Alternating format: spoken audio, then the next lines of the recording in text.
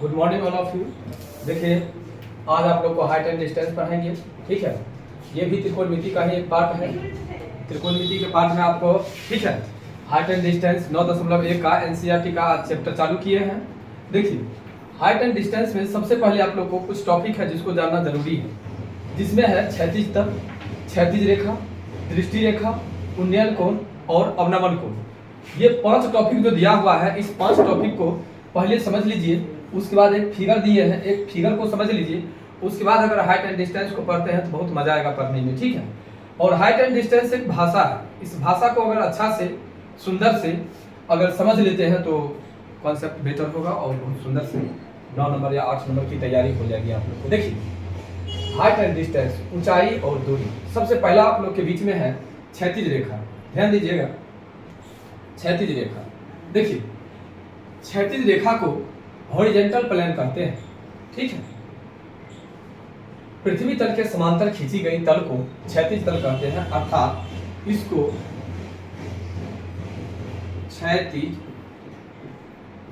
तल कह सकते हैं। ठीक है, अब कहता है क्षैतिज रेखा पृथ्वी तल के समांतर खींची गई सरल रेखा को क्षैतिज रेखा कहते हैं, और इसको आप लोग क्षैतिज रेखा कह सकते हैं। ठीक है, कहता है दृष्टि रेखा। दृष्टि रेखा कहता है किसी दर्शक की आंख की ओर जाने वाली रेखा को मिलाने वाली रेखा को दृष्टि रेखा कहते हैं। देखिए, ये है आपको दृष्टि रेखा।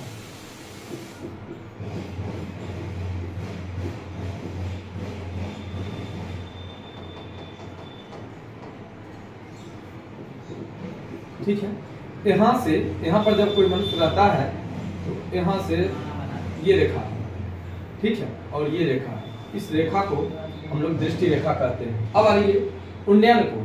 उन्नयन कोण समझ लीजिए। उन्नयन कोण ये आपका है, उन्नयन कोण ये है, और अवनमन कोण आपका ये है। ठीक है, उन्नयन कोण ये है और अवनमन कोण ये है। उन्नयन कोण अवनमन कोण के बराबर होता है। उन्नयन कोण अवनमन कोण के बराबर होता है। एक बात हमेशा याद रखिएगा, जो अवनमन कोण पर क्वेश्चन नहीं बनाया जाता है, अवनमन कोण पर क्वेश्चन नहीं बनता है, उन्नयन कोण पर क्वेश्चन बनता है। अगर आपको उन्नयन अवनमन कोण दिया हुआ है तो अवनमन कोण को पहले उन्नयन कोण में बदल लीजिए, और उन्नयन कोण अवनमन कोण के बराबर होता है। उन्नयन कोण अवनमन कोण के बराबर होता है। एक बार अच्छा से समझ लीजिए, इसको क्षैतिज तल बोलते हैं, ये क्षैतिज रेखा हुआ, ये दृष्टि रेखा हुआ, ये आपको अवनमन कोण हुआ, और ये आपको उन्नयन कोण हुआ। इतना बात हमेशा ध्यान रखिएगा। उसके बाद क्वेश्चन के अनुसार से, ठीक है, फिगर बनाइएगा। जब फिगर बन जाएगा तो क्वेश्चन आसानी से बना सकते हैं। अगर फिगर नहीं बनेगा तो क्वेश्चन नहीं बनेगा। क्वेश्चन बनाने के लिए पहले फिगर का कॉन्सेप्ट होना जरूरी है। देखिए, अभी आप लोग को हम, ठीक है, एक क्वेश्चन बतलाते हैं। एक क्वेश्चन देखिएगा, एक क्वेश्चन आप लोग को बतलाते हैं। क्वेश्चन पढ़ करके आप लोग उसी से समझेंगे जो क्या बनेगा और कैसे बनेगा। देखिए,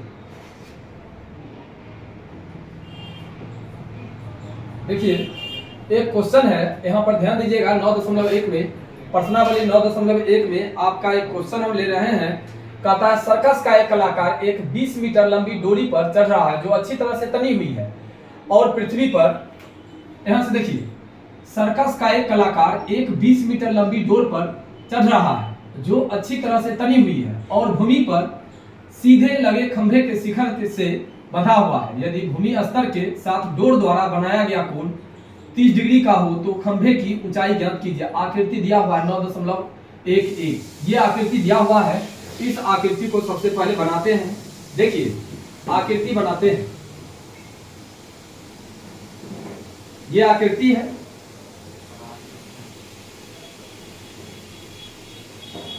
देखिए, इस आकृति में सबसे पहले ए, बी, सी, और इसका 90 डिग्री है तो 90 डिग्री। आकृति में दिया हुआ 20 मीटर दे दीजिए। ये दिल है 30 डिग्री दे दीजिए। कहता है खंभे की ऊंचाई ज्ञात कीजिए, तो खंभे की ऊंचाई ये है, ये ज्ञात करना है। तो एक बात और याद रखिएगा, एक बात तो आपको बतला दिए, जब भाषा पढ़ते हुए पहले फिगर बनाएंगे और फिगर बनाते हुए, ठीक है, क्वेश्चन को सॉल्व करेंगे। तो यहाँ पर कह रहा है थीटा के सामने वाली भुजा लंब है, आपको यही ज्ञात भी करना है। तो इस दोनों में, इस 3 भुजा में, एक भुजा, 2 भुजा और तीसरी भुजा, इस तीनों भुजा में कोई एक भुजा ज्ञात करना है। तीनों भुजा में से एक भुजा ज्ञात करना रहता है और एक भुजा दिया रहता है। देखिए अभी थीटा के सामने वाली भुजा ये लंब है और ये आपको कर्ण है, तो लंब बट्टा कर्ण पर चलना है। तो इस क्वेश्चन को बनाने के लिए सबसे पहले लिखेंगे त्रिभुज ए बी सी में कोण बी इक्वल टू 90 डिग्री दिया हुआ है। जब b इक्वल टू 90 डिग्री दिया हुआ है और कोण c इक्वल टू 30 डिग्री, ठीक है, और इसी पर कलाकारी होगा। तो देखिए थीटा के सामने वाली भुजा लंब होगी, दे दीजिए लंब, और लंब बट्टा कर्ण कीजिए। लंब बट्टा कर्ण का मतलब होता है साइन थीटा, और थीटा के जगह पे आपको दिया हुआ है 30 डिग्री, तो दे दीजिए 30 डिग्री। थीटा के सामने वाली भुजा लंब होती है, लंब बट्टा कर्ण का मतलब होता है साइन, और थीटा के जगह पे 30 दिया हुआ है तो दे दिए 30। अब देखिए AB के जगह पे आपको H है और AC के जगह पे 20 यानी 20 दिया हुआ है, और साइन 30 का मान होता है 1/2, 1/2 दे दिए। अब क्रॉस मल्टीप्लाई कर लेंगे। क्रॉस मल्टीप्लाई का मतलब हुआ H को 2 से और 20 को 1 से मल्टीप्लाई करेंगे, तो H को 2 से मल्टीप्लाई करेंगे तो 2H, और 20 को 1 से मल्टीप्लाई करेंगे तो 20।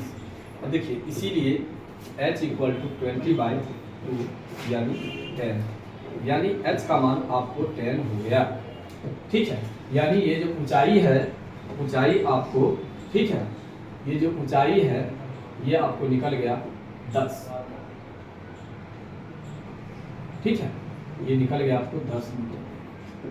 पहला क्वेश्चन इसी के साथ खत्म होता है। देखिए सर्कस का एक कलाकार एक 20 मीटर लंबी डोर पर चल रहा है जो अच्छी तरह से तनी हुई है और भूमि पर सीधे लगे खंभे के शिखर से बंधा हुआ है। यदि भूमि स्तर के साथ डोर द्वारा बनाया गया कोण 30 डिग्री है, ठीक है, तो कोण ज्ञात करना था और कोण आसानी से ये ज्ञात हो गया, ठीक है। अब देखिए 2 नंबर क्वेश्चन के लिए, 2 नंबर क्वेश्चन, ये क्वेश्चन क्लियर है। अब हम लोग चलते हैं 2 नंबर क्वेश्चन की, ठीक है। देखिए अब 2 नंबर क्वेश्चन क्या कहता है, 2 नंबर क्वेश्चन क्या कहता है, सो देखिए कहता है आंधी आने से एक पेड़ टूट जाता है और टूटा हुआ भाग इस तरह मुड़ जाता है, ठीक है। कहता है आंधी आने से एक पेड़ टूट जाता है। मान लीजिए जो ये पेड़ है, ये पेड़ है, ठीक है, और पेड़ का ये ऊपर वाला हिस्सा है, ये ऊपर वाला हिस्सा है जो टूटता है, और टूटता है तो इसका मतलब है जो ये जमीन होगा आपका, ये जमीन है और यहाँ पर पेड़ खड़ा है। तो जब यहाँ से टूटता है ना, यहाँ से पेड़ को देखिएगा टूटता है, ठीक है, तो ऐसे करके ममड़ा करके पूरा मतलब नच करके टूट करके अब बाहर नहीं गिरता है, लटकल रहता है, यहाँ से ऐसे गिरता है। इसको आप बना सकते हैं ऐसे करके टूट जाता है। कहता है टूट करके जमीन को छूने लगता है, यहाँ पर जमीन को छूने लगता है। देखिए यहाँ पर जमीन को छूने लगता है, ये वाला भाग, ये भाग ऐसे टूटता है कि टूट करके जमीन को यहाँ पर छूने लगता है, और छूते ही 30 डिग्री का कोण बनाता है, 30 डिग्री का कोण बनाता है। पेड़ के पाद बिंदु की दूरी, पेड़ के पाद बिंदु की दूरी जहां पेड़ का शिखर छूता है 8 मीटर है, 8 मीटर है, तो पेड़ की ऊंचाई ज्ञात कीजिए। देखिए ये ऊंचाई आपको ज्ञात करना है। ये ऊंचाई ज्ञात करने के लिए सबसे पहले तो नाम दे दीजिए, इसका नाम दे दीजिए A B C और इसका नाम D। क्वेश्चन के अनुसार से फिगर बन गया है। अब फिगर को देखिए, सबसे पहले लेते हैं त्रिभुज A B C में कोण B इक्वल टू 90 डिग्री, ठीक है, कोण B इक्वल टू 90 डिग्री। जब B इक्वल टू 90 डिग्री दिया हुआ है और आपको, ठीक है, कोण A इक्वल टू 30 डिग्री दिया हुआ है, ठीक है, तो देखिए थीटा के सामने वाली भुजा पहले लंब यहां पर लेंगे हम, ठीक है, BC बट्टा AC। अब कहेंगे सर इस क्वेश्चन में तो थीटा के सामने वाली भुजा लंब, तो लंब बट्टा कर्ण लिए थे, लेकिन इस क्वेश्चन में आप थीटा के सामने वाली भुजा लंब, तो लंब बट्टा आधार क्यों लेते हैं?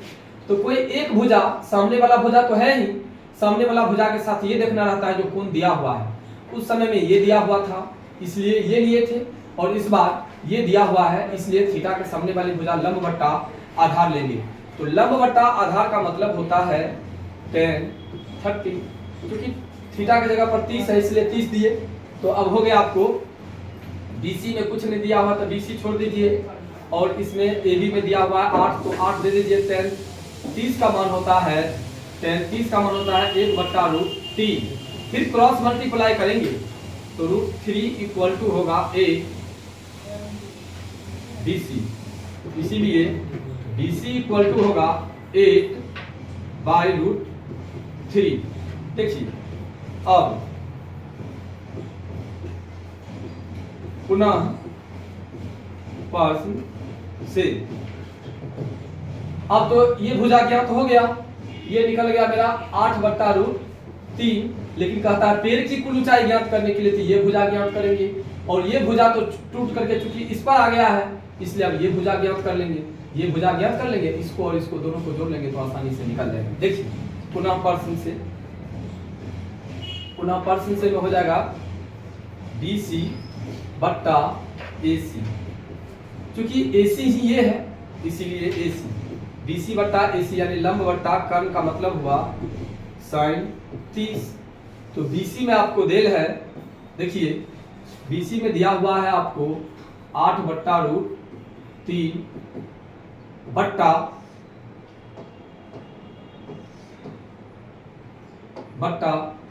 और आपको निकालना ही है AC, तो AC छोड़ दीजिए और यहाँ पर दे दीजिए sin 30 का मान होता है 1/2। क्रॉस मल्टीप्लाई करेंगे ये होगा आपको AC बराबर 8 दूनी 16/√3। ये भी निकल गया AC, ये निकल गया आपको 16/√3। अब दोनों को जोड़ देंगे यानी BD निकालने के लिए हमें BC प्लस AC को जोड़ना पड़ेगा। तो एक में निकला हुआ है 8/√3 और एक में निकला हुआ है 16/√3। देखिए √3 और √3 का एलसीएम होगा 3, तो ये 8 प्लस 16 ये हो जाएगा 24/√3। जब ये बट्टा में रूट आता है तो इसका हम लोग परिमेयकरण करते हैं, तो बट्टा√3 और बट्टा√3 ये हो जाएगा 24√3/3। 3 इकाई 3 और 3 अठे 24, 8√3।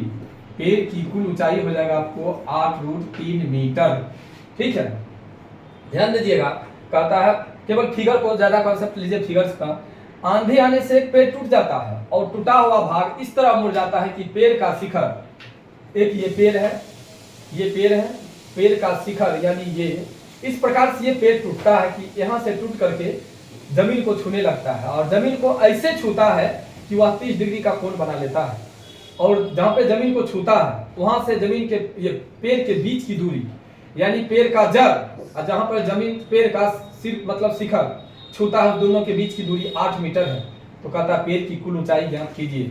ध्यान रखिएगा, हाइट एंड डिस्टेंस के अंतर्गत हम लोग पुल की ऊंचाई, नदी की चौड़ाई, ठीक है, पेड़ की ऊंचाई, ये सब टाइप का हम लोग क्वेश्चन सॉल्व करते हैं इस चैप्टर में, और इसी के साथ आप लोग को 2 नंबर क्वेश्चन भी क्लियर हो जाता है। ठीक है, अब देखिए 3 नंबर क्वेश्चन की ओर। ठीक है, 3 नंबर क्वेश्चन के लिए कहता है एक ठेकेदार बच्चे को खेलने के लिए पार्क में 2 फिसलन पट्टी लगाना चाहती है। फिसलन पट्टी का मतलब होता है एक तरफ से सीधी रहता है और एक तरफ से ससरने वाला रहता है, उसको हम लोग फिसलन पट्टी कहते हैं। और लगभग आप लोग स्कूल कॉलेज में ज्यादातर ये देखते होंगे, बच्चा सब के लिए, छोटा छोटा बच्चा के लिए स्कूल में लगा रहता है। ठीक है, तो वैसा ही फिसलन पट्टी बनाना चाहता है। तो देखिए हम सबसे पहले आप लोग को फिसलन पट्टी बना करके बतला देते हैं।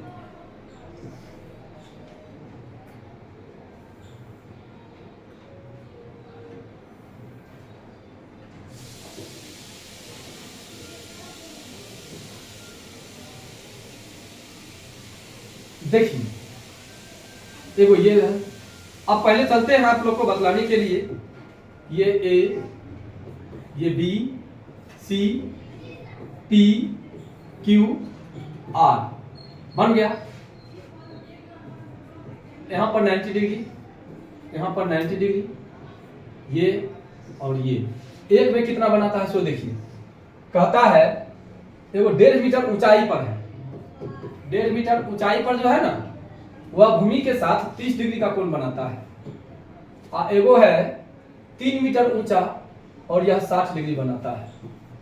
ठीक है, प्रत्येक स्थिति में फिसलन पट्टी की लंबाई ज्ञात करना है। फिसलन पट्टी का मतलब कि ये AC और PR की लंबाई ज्ञात करना है। देखिए ये छोटा बच्चा के लिए होता है, तो वो होता है 5 साल से कम का बच्चा और ये होता है 5 साल से ऊपर का बच्चा। तो 5 साल से कम का बच्चा के लिए छोटका वाला और 5 साल से ऊपर वाला बच्चा के लिए बड़का। लेकिन हाँ आप लोग के लिए नहीं, क्लास 10 के स्टूडेंट के लिए नहीं, ध्यान रहे बात। ठीक है, ये 5 क्लास 6 क्लास 7 क्लास तक के लिए है।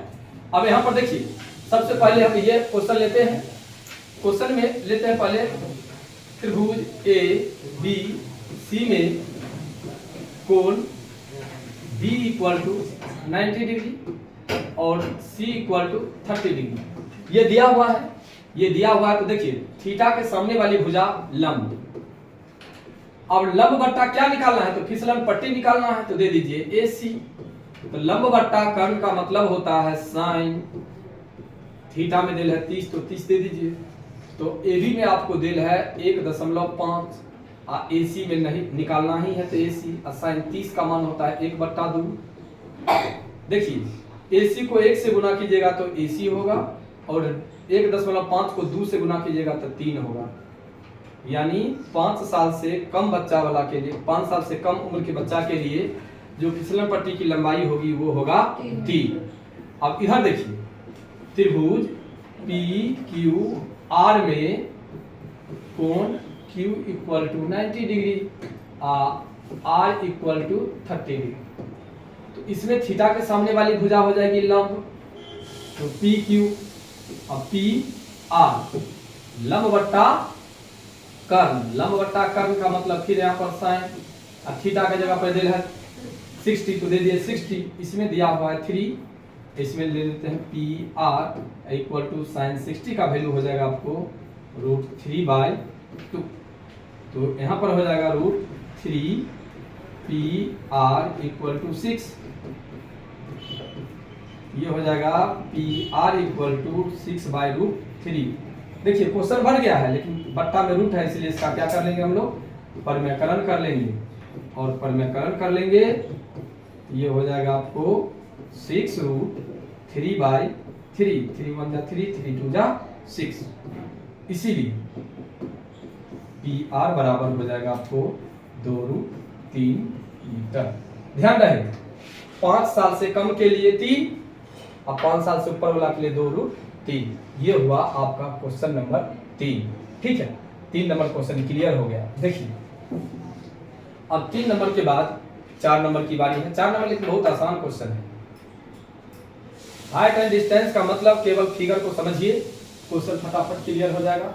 भाषा पढ़ने लगे। देखिए कहता है भूमि के एक बिंदु से जो मीनार के पाद बिंदु से, इसका मतलब ये जमीन है। देखिए ये जमीन है, ये जमीन है और ये मीनार है, ये मीनार है। देखिए ये मीनार है और ये जमीन है। कहता है भूमि के एक बिंदु से जो मीनार के पाद बिंदु से 30 मीटर की दूरी पर है। ठीक है, मीनार है ये भूमि है, ये 30 मीटर 30 मीटर है। कहता है मीनार के शिखर का उन्नयन कोण, मीनार ये जो है इसका शिखर का उन्नयन कोण,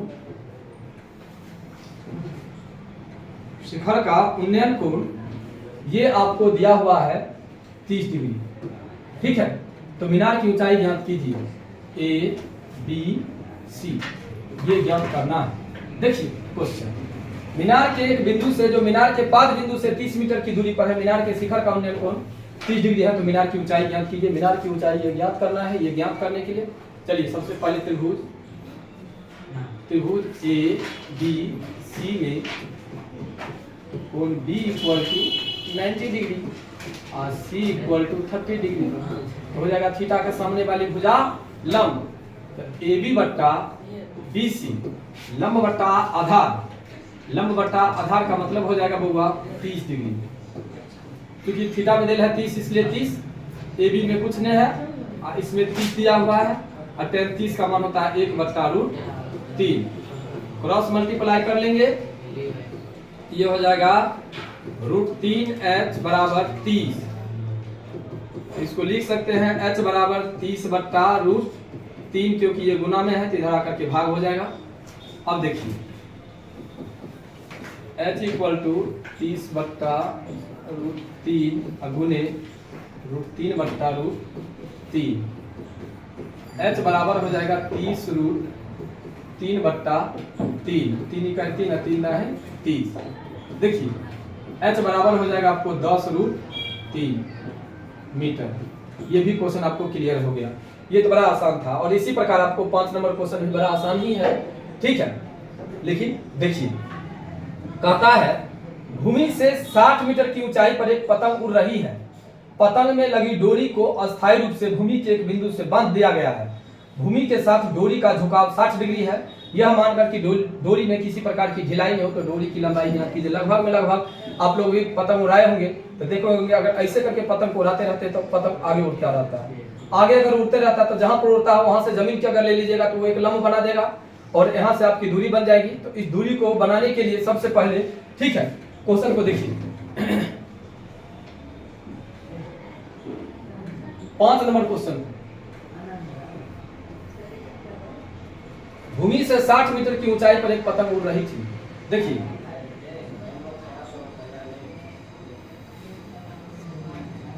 यह एक हुआ ऊंचाई, एक ये हुआ ऊंचाई,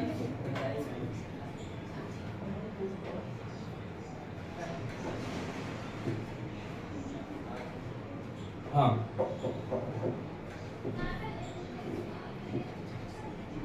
यहां से ये यहां पर कोई आदमी है, यहां से पतंग उड़ा रहा है आपको, ठीक है, पतंग उड़ रहा है यहां पर। जब उड़ रहा है तो ये कितना मीटर की ऊंचाई पर उड़ रहा है? 60 मीटर की ऊंचाई पर उड़ रहा है।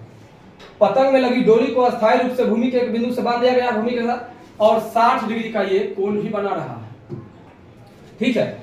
यह मानकर कि डोरी में कोई ढिलाई नहीं है तो डोरी की लंबाई ज्ञात कीजिए। ये जो है इसी की लंबाई ज्ञात करनी है।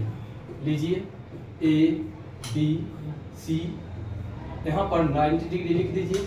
अब चलिए त्रिभुज ए बी सी में कोण बी इक्वल टू 90 डिग्री, कोण सी इक्वल टू 60 डिग्री, ठीक है। थीटा के सामने वाली भुजा लंब होगी, थीटा के सामने वाली भुजा लंब, लंब बटा कर्ण, चूंकि ये ज्ञात करना है इसीलिए लंब बटा कर्ण आधार। लंब बटा कर्ण का मतलब हुआ sin 60। AB में देखिए दिया हुआ है आपको कितना 60, तो दे दिए 60, और ये आपको हो जाएगा AC निकालना ही है तो AC और sin 60 का मान हो जाएगा √3/2। तो अब यहाँ पर लिखेंगे √3 AC बराबर 60 दूनी 120, AC बराबर 120/√3, यहाँ पर √3 बट्टा यहाँ पर √3, ये हो जाएगा तुमको AC बराबर 120√3/3, 3 इकाई 3 और 40 दिया 120। देख लो AC बराबर हो जाएगा आपको 40√3 हो गया। यही क्वेश्चन के साथ आज का क्वेश्चन आप लोग को क्लियर होता है। फिर हम लोग अगला दिन अगला क्वेश्चन देखेंगे, ठीक है। बाय।